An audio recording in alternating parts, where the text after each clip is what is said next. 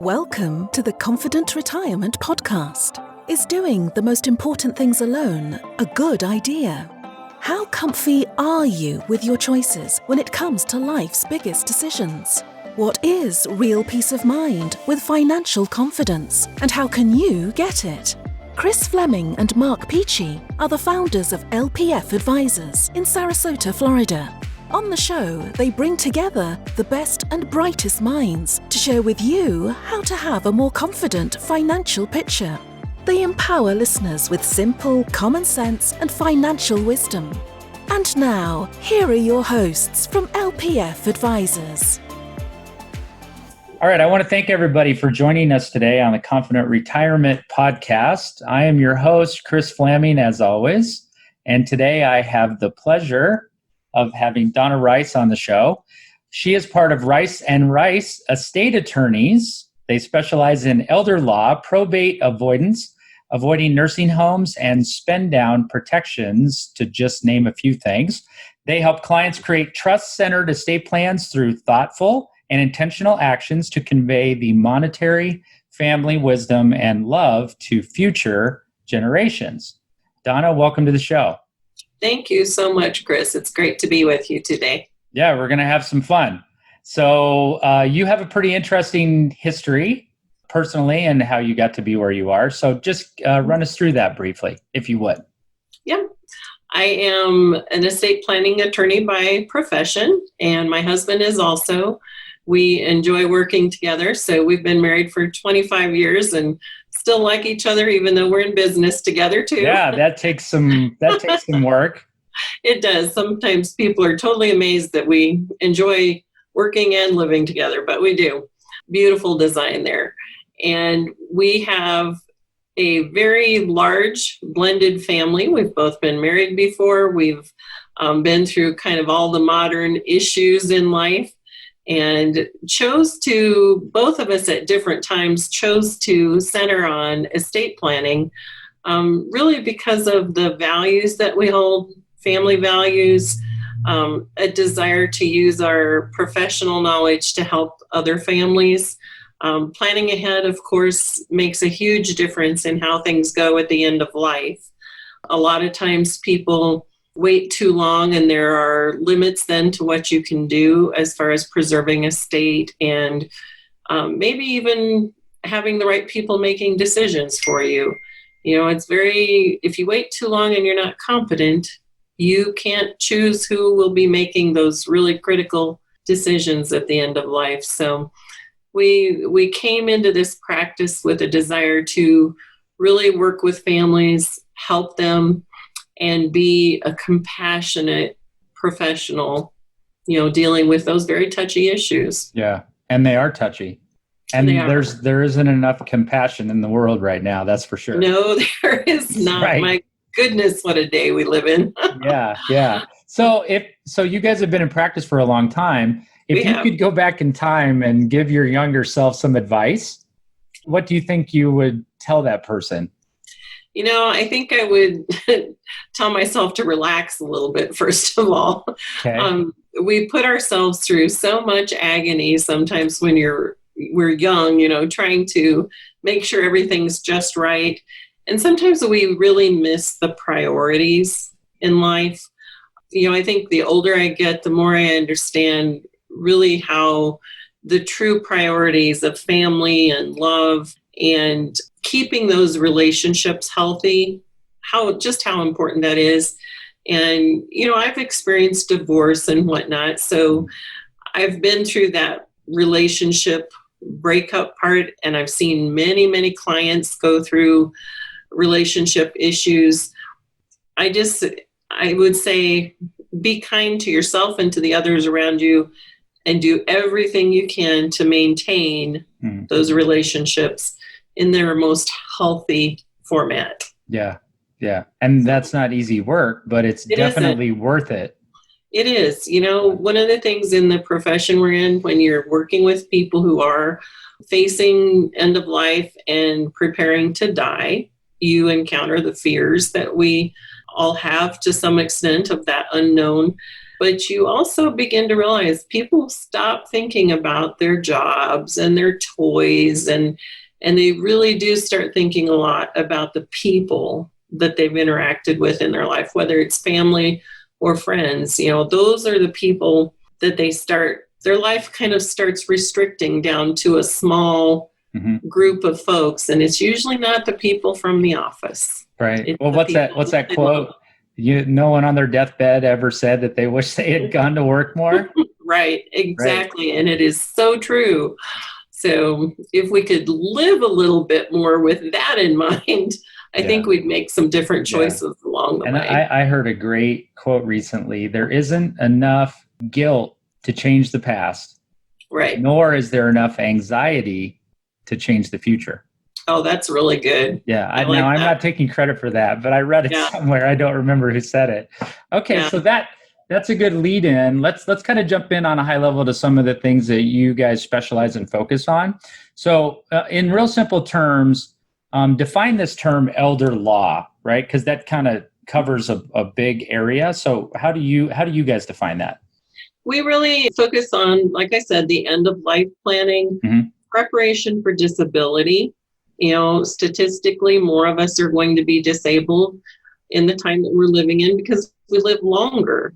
We have better health care. And so it's not quite such a quick transition from illness to death for most of us. There's a period of time of varying degrees of disability. So we focus a lot on how to plan for that, how to choose people that are going to make good decisions for you, how to prepare those people to make good decisions for you.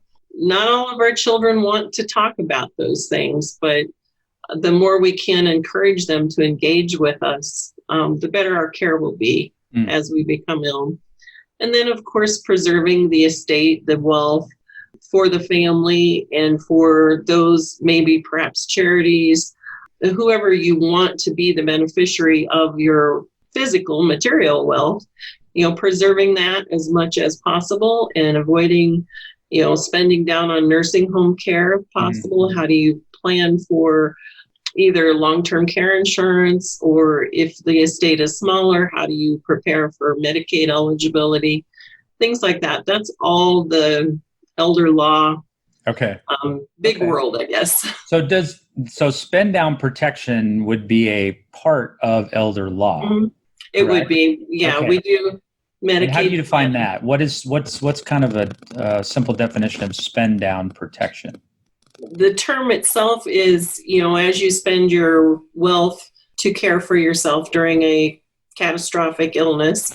And so spend down protection is putting in place either the right plans like long-term care insurance or healthcare powers of attorney, other general powers of attorney that have specific language in them depending on the state that we live in, that will allow you to take advantage of rules that, you may gift certain amounts of your wealth to family members, or you may be able to do some repairs on the house, things like that will help you become eligible for assistance earlier, but do it legitimately within the bounds of the rules. Okay. And those are the things that most people, they don't spend their time reading Medicaid guidelines.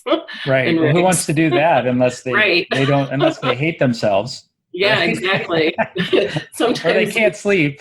Yeah, I was just going to say that. Sometimes we tell our clients, if you're having sleeping problems, just read your trust notebook. Right. That's what I say about prospectuses. Yes. Right? Yeah. Put you right down. Yeah. So your firm, you and your husband, you have some history with revocable trust and language that went into revocable trust. So just briefly take me through that and why you think it's such a powerful tool. Yeah, we like the trust-based planning because of mainly control. You, during your lifetime, are able to set the terms of your trust all within the legal realm of the state and the feds. But you can choose the people who are going to step in and assist. You can determine ahead of time who you want to be your beneficiaries and how you want them to receive it. More and more we're dealing with families that have some level of dysfunction. They have addiction issues with children or grandchildren, sometimes criminal issues.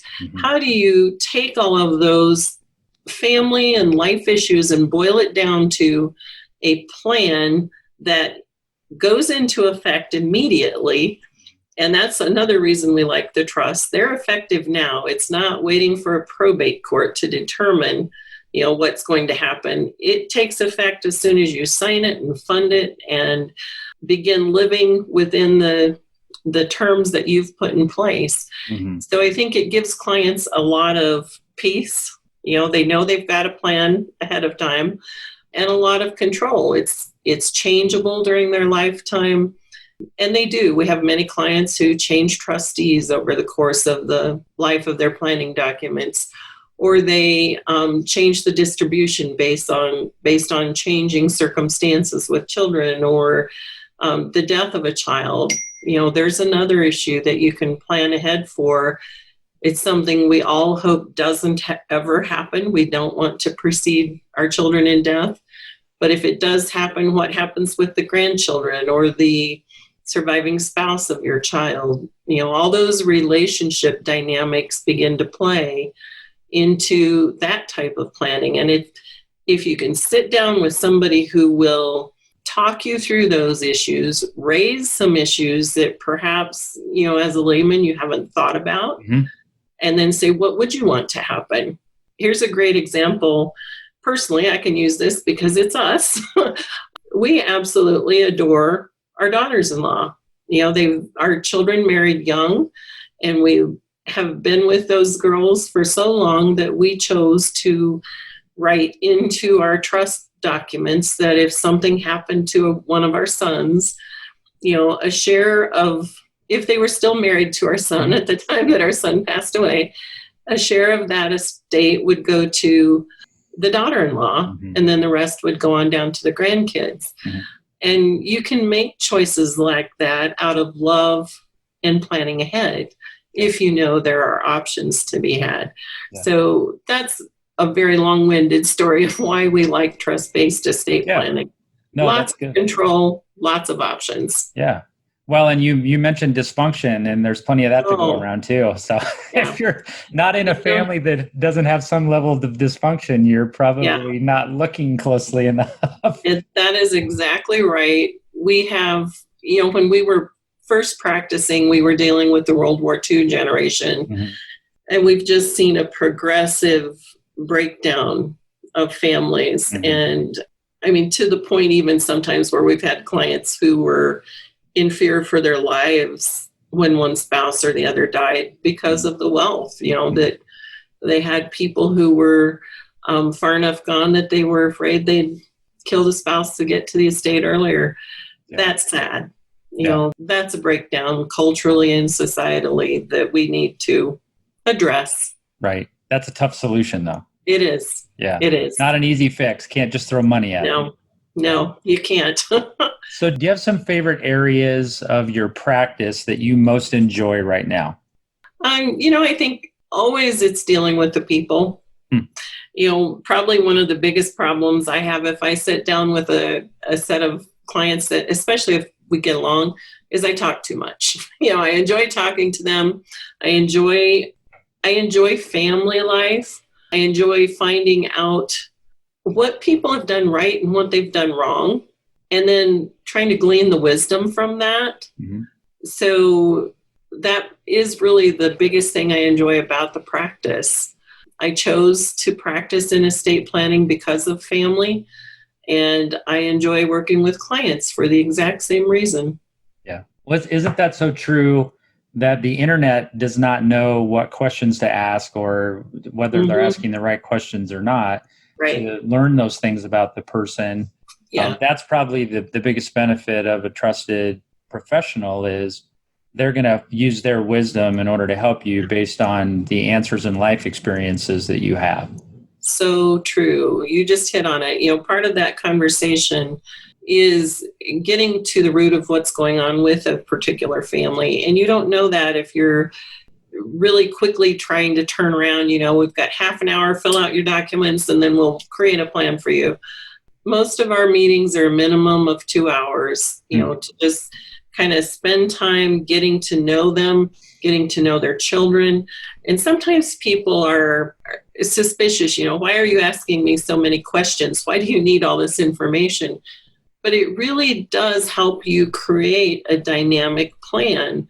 When you look at the people picture and the resources picture together, and then you can talk a little bit about what their goals are. Do they want to help grandchildren go to college? Here's another example. We had an elderly couple we worked with years ago. They didn't have children of their own, but they really loved nieces and nephews, and they set up a college fund. And it's ongoing. They've both passed away at this point. That college fund is ongoing. And so annually, there's children getting a nice reminder that somebody loved them and cared about them and is helping make sure they have a good start in life. Those are the things that if you spend time and talk with the clients, you can get to something that they feel like they've blessed somebody. And then long-term, there's a legacy being created. Yeah, I like that. So it's the blessing and then there's the legacy. Yeah. Nice. Yep. So what do you think is the biggest misconception about what you do? Biggest Pick one. There's so many. Yeah. The first thing that came to mind was that lawyers are all mean and greedy and nasty. I've had clients sit down with me and spend the first half hour of the meeting angry, and then kind of address that issue and go on and be totally fine. The other misconception I think about what we do is that it is all money based. We get a lot of resistance sometimes to talk about assets, and we've had a lot of clients try and avoid telling us about assets because they're worried that, well, that's all you determine the cost of the plan on. And that's pertinent. The larger the estate is, the more tools you need to use to make sure it accomplishes the purposes, that the family has in mind. But it isn't just about getting into the pocket of the client. It's about figuring out how to use those assets for the benefit of the family. Do farming families, huge issue there. Lots of value tied up in land usually, but not lots of cash. And so how do you plan for those things? We need the information to create the proper plan and give the best advice. And so that misconception of all you want to know about is my money, that's not just it. Yeah. Well, I often think about if you want a really good diagnosis from your doctor, then you have to be completely upfront and honest with them about what your symptoms are, or your medical conditions, or your family history, or the way that you're living currently, because then the result would be incomplete if what you were telling them was also incomplete or you were hiding things. Yeah. And then people wonder why they don't have an optimal outcome. Yes, that is exactly right. We have sat down with clients who weren't completely honest with us about the number of their assets. And then when somebody passes away, the results aren't optimal. You end up with, okay, this asset now, because it wasn't in the trust, has to go through the probate process. Mm-hmm. And we could have easily avoided it. So, yeah. But we didn't know. Okay. But we didn't know. Yep. So I'm curious, you have a lot of life experience. What's your first memory with money? Oh, interesting. My first memory with money, I've got two things I can tell you there. First of all, my family was adamant about teaching us how to work. So when we were in grade school, my father owned apartment buildings. Well, my mother and father in town owned apartment buildings, and he had us do work. And so we started keeping timesheets in grade school.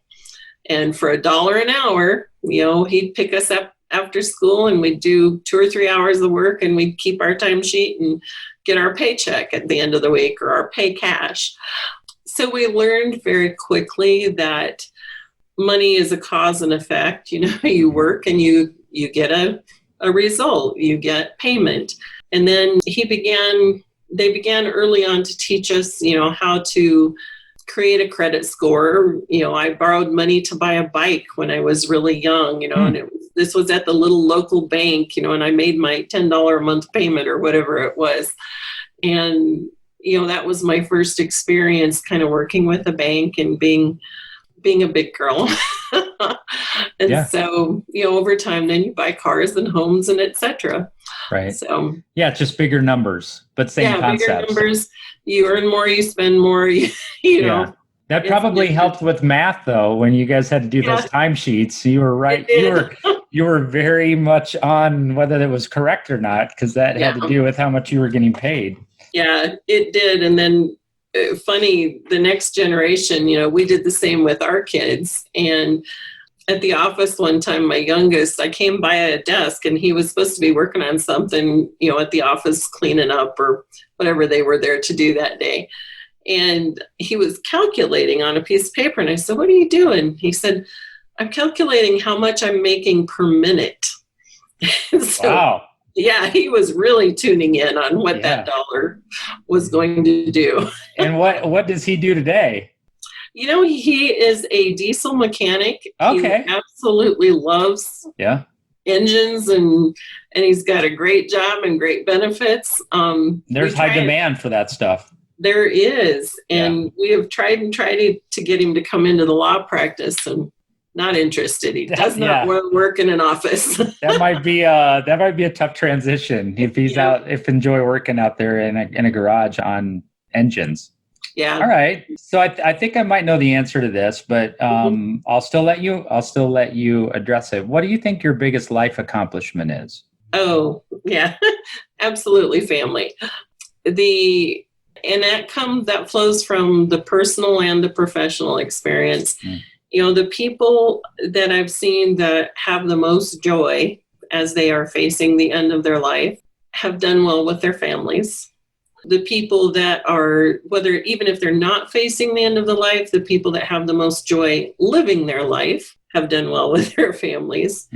And so we have very consciously, I think especially because of divorce history and whatnot, we've just worked really hard to make our adult children and now our grandchildren, interactive in all parts of our lives. We work together with some of our children, and if we don't work together, we have close interactive relationships, even if it's long distance. Mm-hmm. And you can still do that today with FaceTime and Zoom. And look at what we're doing. Shortly before I called you, I was on a FaceTime with one grandson and son that he's got some medical treatment coming up, the little grandson. And so we're doing some FaceTime and just enjoying him that way. We can't be with him because he lives in Louisiana, but it's amazing. Technology has really allowed us to keep those relationships a lot closer. Yeah. I mean, you can never replace being in person with someone, especially when it comes to family, but this is probably the closest thing we can get to it. Yeah. So is there something that you personally are really passionate about? Mm-hmm. I'd love you to elaborate on that. Yeah, absolutely. And this has come about as a result of both profession and family too, is grandparenting. I absolutely love being a grandparent. I used to laugh at when people would get so excited about talking about their grandkids and think, oh, those crazy old ladies, And now I'm right in there in the midst of them. I'm one of those crazy old ladies, and I don't have the fold out accordion picture file like they used to, but I have an iPhone loaded, and I'm happy to share. But what's come out of that is really, we've started a new business, and it's Grandparenting A to Z. And we really are digging into and reaching out to grandparents. The grandparents are struggling with different issues now because of changes in our culture and our society. And the distance factor is one issue. The dysfunction is another. And so how can we be the best grandparents possible? How can we create that legacy, be very intentional about what we're passing down as far as family values and family priorities? How do we build family in the 21st century when it does look so different than it used to because of distance and technology? how do you get your grandkids out of their tablets long enough to have a conversation with them and find out who they are and then teach them some things? So grandparenting has definitely become my passion and is turning into a new business too. So what are the plans for that? Is there a book? Is there a website? What are the plans for that? Yeah, we have a website and social media, lots of social media going right now. The name is Grandparenting A to Z, so it's grandparentingatoz.com. And then same thing on Facebook and Instagram and Pinterest. And we're just having a lot of fun. We're creating content. We're talking about issues. There's a book in the works. I actually have several ideas for books. And the first one that I'll be working on is a devotional for grandparents to really, kind of how do they pray for their grandchildren and change if they're not happy with how they're grandparenting, how do they change that? How do you begin to pray through fixing family issues? I'm a great believer that it's never too late to start. Agreed. I've seen a lot of families with dysfunction. I've seen people hold grudges for 20 years over a pocket watch. And my adamant advice has always been to clients and will always be, make those things right before you die. There comes a moment when we'll all be gone and those things won't be fixed on this side of death. And so why not make that first step and do the best you can? The other person, of course, has to respond, but you'll never regret trying. Yeah. You'll regret if you don't. Right. And I have seen that. Yeah, and I think that's one of the hardest things about the type of law we practice is seeing families who don't change and don't try to reconcile with one another. And somebody ends up dying bitter and angry. The family's bitter and angry. That's painful to watch. Yeah, it's not a good legacy. Not at all. And I've heard it said that bitterness is basically the equivalent of drinking poison, hoping that the other person will die. Yeah. And that's exactly right. Even though you drank it yourself. Yeah.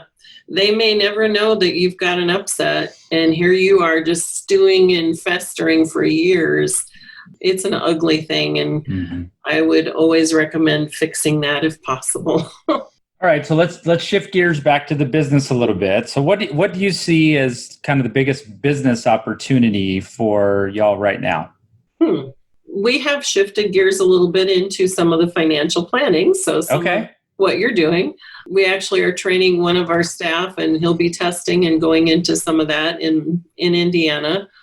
There's a symbiotic relationship between professions, and I'm sure you're aware of that. It can work extremely well, or it can go extremely poorly. Yeah.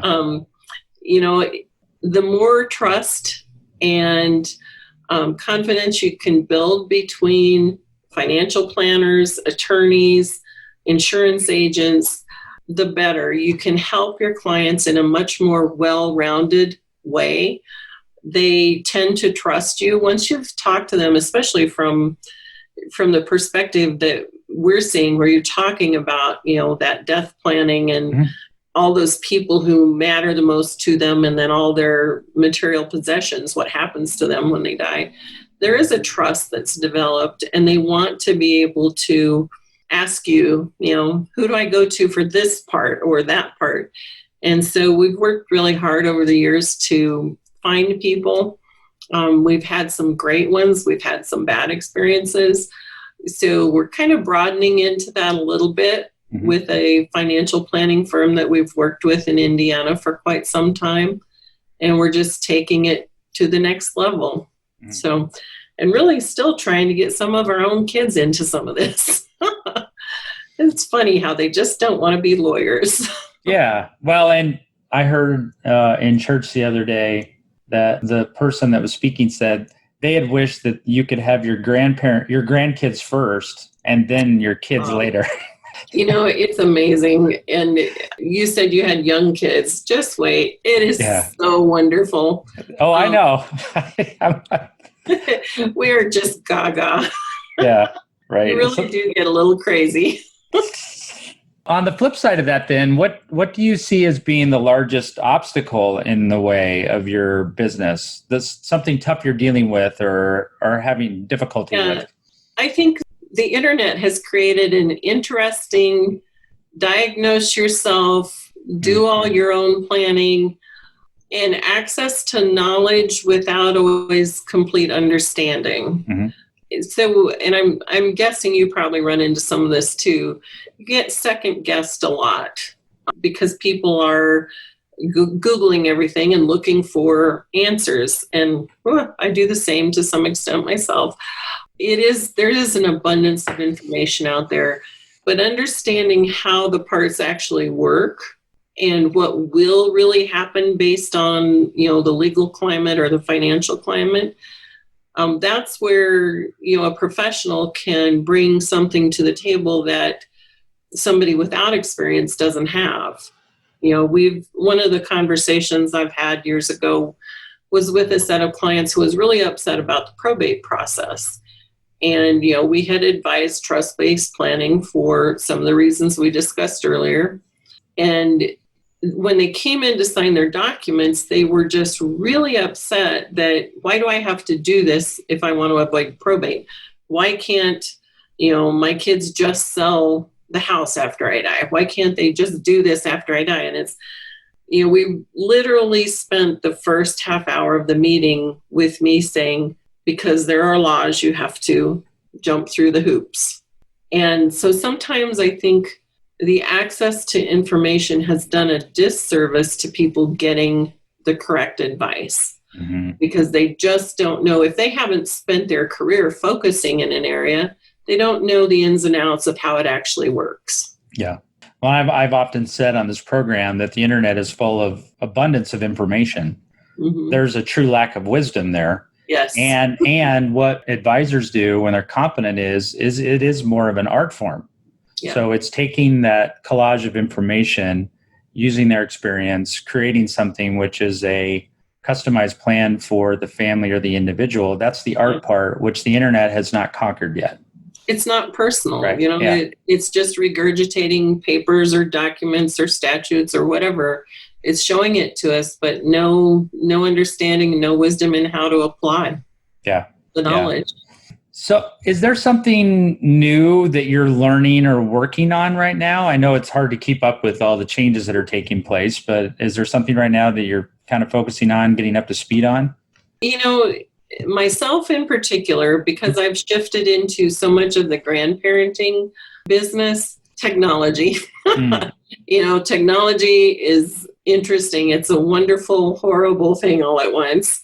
You enjoy it. We can do something like this, a Zoom meeting, and see each other and talk and have a great conversation, record it and edit it and do all of that. But then some of that background, learning how to work with that in our modern business world and how to adapt and, stay relevant and stay current.